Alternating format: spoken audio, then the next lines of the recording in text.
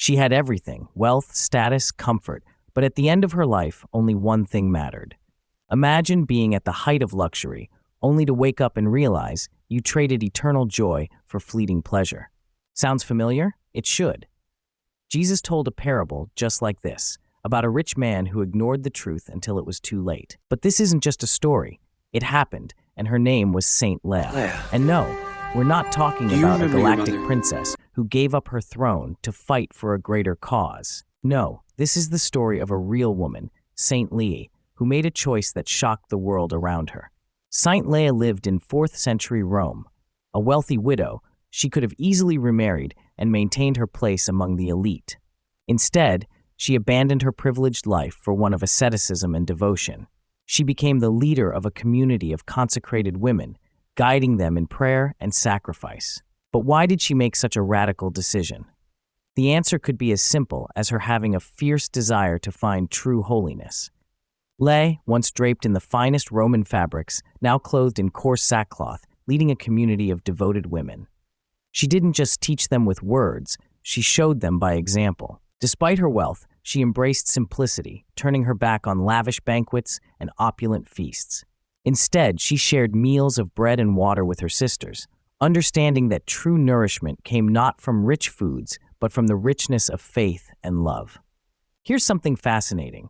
Everything we know about Saint Lea comes from a single source: Saint Jerome. He wasn't just a scholar, he was known for his fiery letters and sharp words.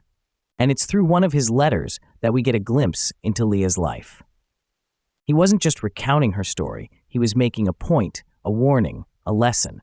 He wrote about her to his friend Marcella, another noblewoman who had also embraced a life of faith.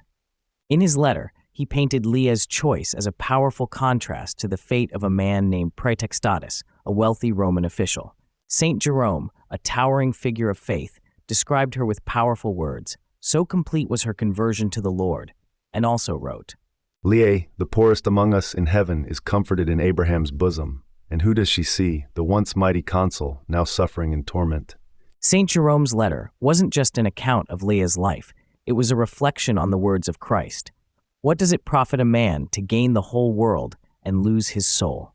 It was also a real-life echo of Jesus' parable of Lazarus and the rich man. The wealthy man dined in luxury, ignoring the needs of others, until he found himself in torment, while Lazarus rested in the comfort of Abraham.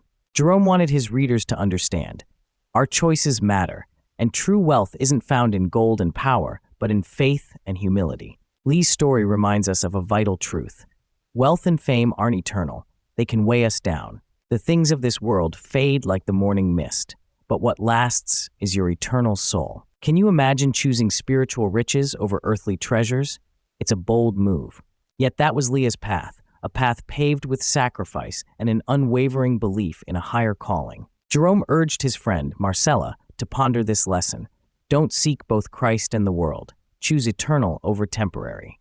Lee knew the allure of material possessions could easily distract from divine purpose.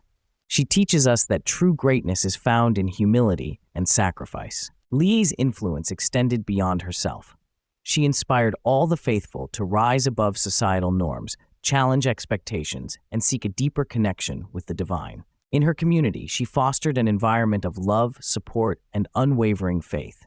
They prayed together, shared struggles, and celebrated victories as a united front against the trials of life. Each woman, inspired by Lea, found their worth beyond wealth and status. They learned joy in simplicity and strength in faith. Lee's life compels us to examine our own priorities. Are we investing in fleeting pleasures or nurturing our spirits?